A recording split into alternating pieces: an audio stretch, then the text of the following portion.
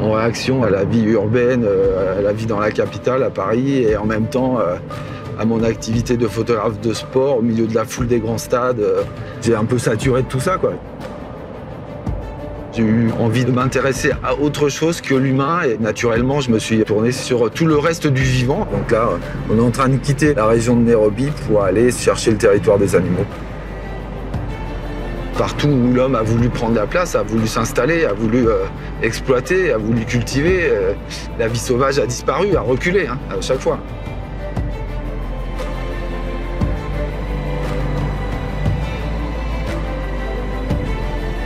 Je ressens moins de danger à saisir l'intimité des animaux sauvages qu'à vivre parmi les hommes.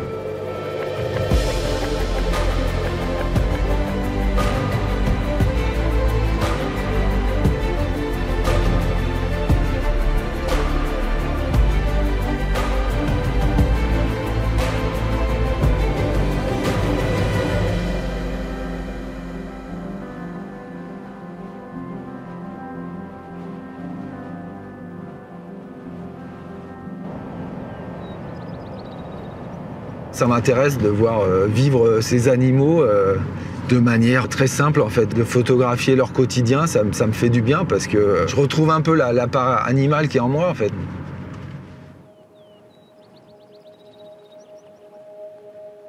Je pense qu'on peut parler d'une allure sauvage qui va être l'expression d'une attitude et aussi d'une prestance. L'animal sauvage a cette présence incroyable. Moi, à chaque fois, je suis complètement fasciné par cette allure sauvage. Ouais. Cette quête, pour moi, elle est sans fin, en fait, parce que chaque fois que je reviens ici, j'ai toujours de l'inspiration. Je suis toujours comme un gamin, je retrouve mon regard d'enfance sur toute cette beauté. Puis tout ça, ça me nuise aussi, donc j'ai comme un empressement à saisir ce que la nature va m'offrir, parce que je sais que ces moments-là sont précieux et rares, et que peut-être que je les reverrai jamais, en fait.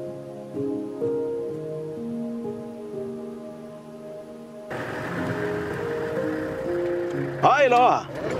Hey. You are here? Yes. Long time, eh? How are you doing, my friend? Hi. Good. I can see you are strong like me. Yes. You feel good, huh? Yes, yes. Yes. Ready to find the lions again? Yes, yes. Yes. Ready. Maurice, en fait, il a un rôle essentiel dans cette quête, c'est-à-dire qu'il part avant l'aube en éclaireur, en fait, pour essayer de trouver des individus esthétiquement photographiables, mais qu'il a une connaissance assez incroyable de cet univers-là. Et aujourd'hui, on n'a même quasiment plus besoin de se parler pour se comprendre, en fait. Il se connaît presque par cœur et il est aussi friand que moi de nouvelles scènes, de nouvelles rencontres, de nouvelles images, et ça, c'est génial, quoi.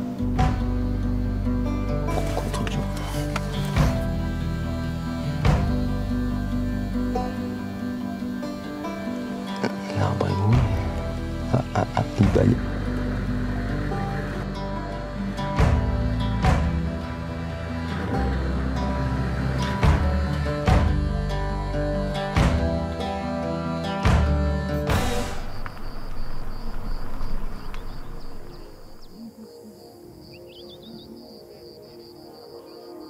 Lions are actually one of the most iconic species. Sometimes some of them will just do some things that will move you emotionally. I've developed sort of a connection or a bond with these animals. They are like good friends. Yeah, they're like, some of them are like my best friends. Some of them I've known them since they were cubs. Il y a du monde, hein.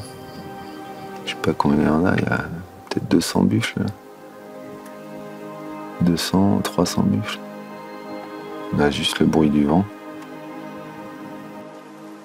Dans les herbes.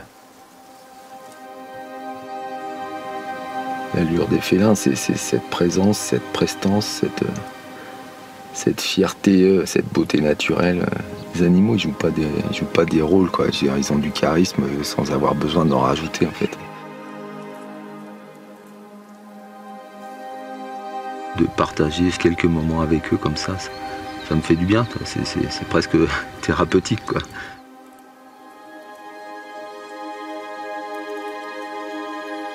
Il y a quelque chose d'assez spécial ici, c'est que Tous ces animaux vivent en harmonie, dans une cohabitation pleine de sérénité en fait.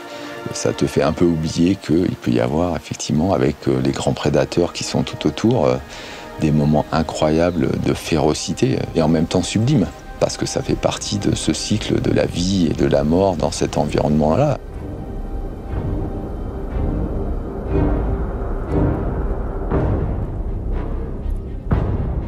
Ils vont essayer de l'attaquer par derrière. Ah merde, il est parti dans les fourrés. Regarde ça. Elle lui saute dessus, elle essaie de le coincer. Elles ont pas réussi.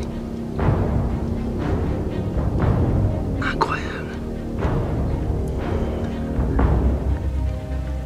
Elles l'ont couché, ça y est. Là, on est au cœur de l'action, on ne peut pas être plus près, on ne peut pas être mieux. Hein. Deux mâles, je pense que c'est deux frères, hein. C'est beau.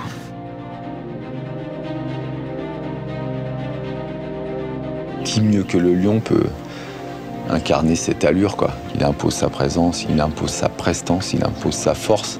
Presque tu retiens ton souffle, quoi. T'as l'impression que tout s'arrête quand sa majesté passe, quoi. Et souvent, il est dans une espèce de lenteur, de nonchalance assez incroyable. Et pourtant, il dégage quelque chose d'énorme, quoi. C'est difficile de rester insensible, quoi. Ou t'as peur, ou t'es fasciné, ou t'es sous son emprise, en fait, quoi. C'est ça qui est assez dingue.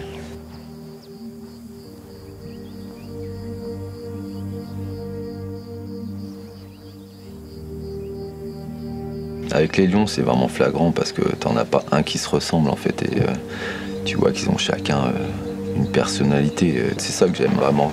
Photographier l'individu plutôt que l'espèce en fait. Aller chercher le trait de caractère d'une gueule, une expression, un regard. Souvent les gens me disent « Oh, mais ça me rappelle mon père ou mon grand-père ou un acteur célèbre ». C'est assez étonnant de voir le regard des gens en fonction de leur propre histoire et de leur propre sensibilité, quoi. Je peux être vraiment très touché à la fois par la beauté du monde sauvage et par sa fragilité en fait, face à toutes les menaces qui pèsent sur lui, quoi. Ça me rend très sensible et très empathique. Je me dis que leur sort et le sort de mes enfants est complètement lié et ça me touche, ouais, ça me touche profondément.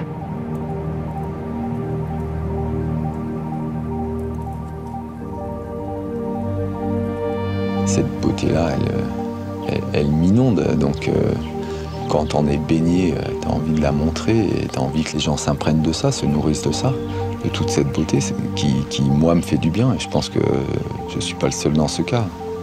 Et je suis un éternel optimiste, donc j'ai toujours l'espoir qu'on va pouvoir changer les choses. Je ne sais pas si une image ou 1000 images peuvent changer les choses, mais si j'avais un fusil, ça ferait un mort, mais avec un appareil photo, ça fait un éternel, quoi.